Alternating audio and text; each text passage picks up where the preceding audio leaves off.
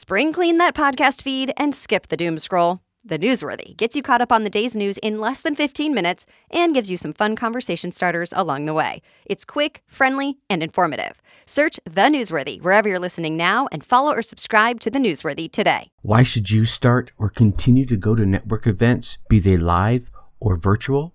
Stay tuned to find out.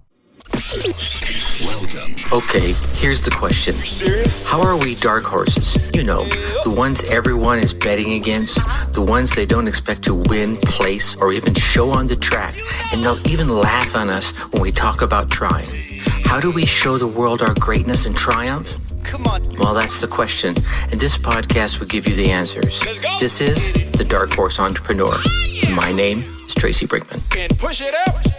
Well, hello, my Dark Horse friends and family. Welcome back to your daily dose of shaking hands and making friends learning. I'm your Dark Horse host, Tracy Brinkman, and you, well, that's infinitely more important. You are a driven entrepreneur or one in the making. But either way, you're here because you're ready to start, restart, kickstart, or just start leveling up with some great marketing, personal, or business tips and results in order to build that beautiful business of yours into the empire it absolutely deserves to be. And that's why I'm here hitting you with another daily success episode on the Dark Horse Entrepreneur as we dive deep into success with actionable advice, tips, and steps designed to help you level up your game, because as we already know, there are no shortcuts to success except for taking those little steps every day towards your goal. Now, I know yesterday I told you we were going to talk about leadership today, but I had a really cool experience and I thought it was important enough to share with you right away rather than making you wait till it was quote unquote on the schedule. So anyway, last night I was happy to be the speaker at a networking event for podcasters where I was lucky enough to give the opening educational address, and then we went into breakout rooms, and each breakout room were podcasters from around the globe in a given category, like business and sports and wellness and relationships, etc. Now, to me, what was really cool about this gathering was, or I should say, wasn't that I was a speaker or that we're in breakout rooms to discuss consistency and how to remain consistent to blah, blah, blah, right? But it was all the tidbits of information that I learned from my fellow podcasters.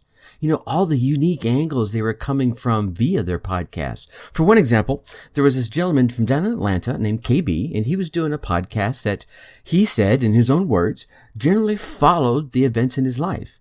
So when he went through a breakup, his podcast episodes became about breakups. And he even did a series of episodes where he brought in former exes to chat about their breakups, which I thought was brave, but it was a hugely unique angle that I would have never thought of.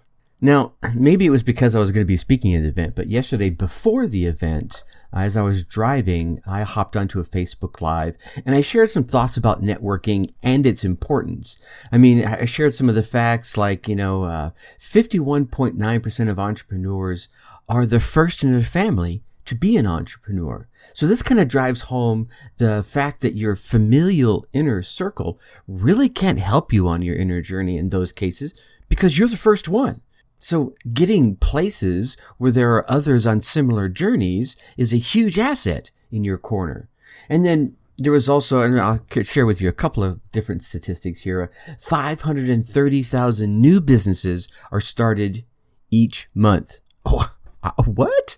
530,000 a month. That's in the United States, ladies and gentlemen.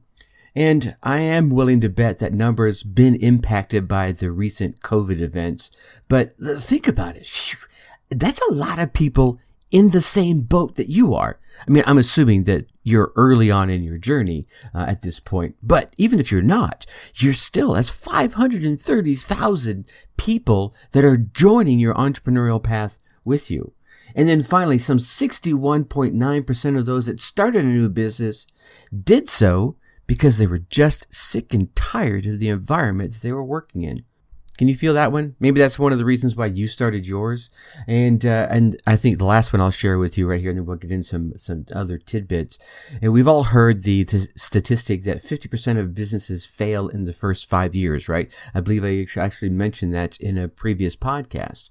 But here's an interesting addition to that. 30% of them don't even make it past the first 24 months. That's huge. So you see, reaching out and engaging with your fellow entrepreneurs, be it by attending network events and conferences, you can acquire the tools that you're going to need to help make sure you don't fall into becoming in that 30% that fall in 24 months. I mean, I don't want to be in that one. Do you? No, I can feel you shaking your head now. So if we come at it from that perspective alone, attending these networking events, be they live or virtual, could literally save your business. What's more, most of these events and these conferences, they're free. You can just walk right on in. And if they're not free, they're very reasonably priced. So I want to share with you, I think it's like 8 different things you can get from attending a networking event. One, obviously, you can learn from experience. No one person really knows everything. So if you get out there amongst a group of folks, learn something new, learn what's working, learn what's starting to stall, maybe something that used to be working that people are seeing is not quite working the way it was. Maybe you were getting ready to start doing it, right? What new tips and tactics are starting to take their place? So now instead of you starting on that one that's starting to stall going, why can't I get it to work? You can go right to those new tips and tactics that others are finding is already working. Number 2, you can make new contacts. What? Right? By getting around a group of folks that you know are already aligned with you, it's far easier to make connections and contacts that you are going to be beneficial to, and that in return, you'll find beneficial to you. Number 3, and I think this is one everyone goes to right away. You can generate leads. Yeah. I think there's so many people out there that go to these events for this being the one reason they go, to generate leads. But I think if you're doing that as the only reason you're going, hey, I'm going to go to this event and I'm going to generate 3 leads. That's my focus. You're going to miss so much. Now, don't get me wrong. It's valuable to have this as a reason to go. But if you really want to generate a lead, I would suggest you raise your hand and be a presenter, right?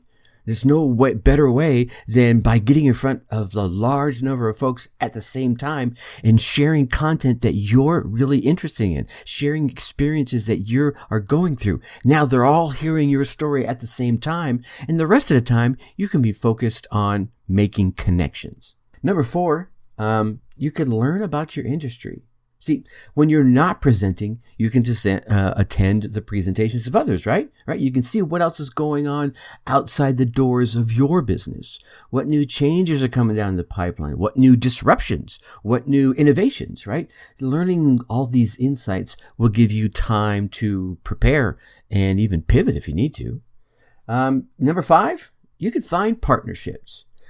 There are any number of, I think you call them add-on services you could bolt onto your operation, but you got to go through the time and the effort and the investment. Perhaps you come across someone at one of these events who has already invested all the time and the money, and they've built their business machine and it's humming. So rather than you reinventing the wheel, maybe you just form a partnership, or maybe it's just complementary goods and services, right? Number 6, investors, right? There are going to be people there that are willing to invest in your venture or other adventures. So the best way to get in front of these folks is face to face, even if that means through a webcam. Number 7, this is one of my favorites. Let's get inspired, right? I mean, once you start attending these networking events with like-minded people, it's really easy to find creativity and inspiration and come up with new ways to drive your business forward. You will come away with new ideas and this fire in your belly to start acting on those new ideas. Or maybe it's just a renewed fire to start acting again on the ideas that you already have in place, all right? And I think the last one I want to leave you with here is build recognition. See, getting your name out there is fundamental to your success, right? I mean, we all tend to go directly towards advertising, advertising and marketing. Hey, I'll do some Facebook ads and people will start to learn more about me. Well, okay. Another way you could advertise is word of mouth. And that starts by getting your words out of your mouth into the ears of your peers. Hey, that rhymed. That was pretty cool, right? So the next time they see an opportunity that is ripe for you, they can say, oh, hey, I met Tracy at this event yesterday or last week, and then they could pass your name along. Or perhaps they are your perfect customer avatar, and when they are ready, they can reach out to you directly. Plus, like I said earlier, if you give a presentation, well, that will do wonders for your reputation by getting your name out there even quicker. All right. So, I mean, at the end of the day, what do you got to lose, right? I mean, you meet some new folks, make some new friends, maybe get your word out there, your business information out there. Be it gaining inspiration or learning about your industry or building recognition or generating valuable connections, networking events can be a huge, huge booster to the timeline of your success. But look, here's the thing though. Just showing up to the event, that's not going to do it. You're going to have to put in some effort, right? You're going to have to engage with as many people as you can. Be a social butterfly. I think network events are all about getting out of your comfort zone around people that you can be comfortable with and engage with people of all levels, right? Not just the folks that you're direct peers to. Hey, talk to the Gary Vaynerchuk's of the world. Talk to the guys that are far in advance of you, because you can get that knowledge and probably get it for free. And when it comes to businesses or business in general, we all know the rule, right? It's not what you know, it's who you know. And sometimes it's not what you know or who you know, it's what who you know knows. And then I think finally, and this one's kind of huge, right? And I'm saying it all calmly. This one's huge. After the event, always follow up with your new connections, be that via email, a phone call, or maybe even on LinkedIn, whatever connection method they gave you. Reach out, right? The day after, the evening you get back to your hotel room, or after you close up the Zoom on your laptop, a little later on, reach out to them. This is very important to get in touch while you are still fresh in their mind. This is going to help strengthen that foundation of your newfound friendship and further future cooperation, right? And don't reach right out there with the, hey, how can you help me out, right? Make a connection, chat with them some more, engage with them, maybe go to their profile if you're on LinkedIn or on Facebook and learn a bit more about them. Be a curious human and learn more about them in the hopes that they're doing the same for you. Oh, and a final note here, let's remember one thing. It's not all work, right? These events really are meant to be fun. So I would suggest don't take them too seriously. All right.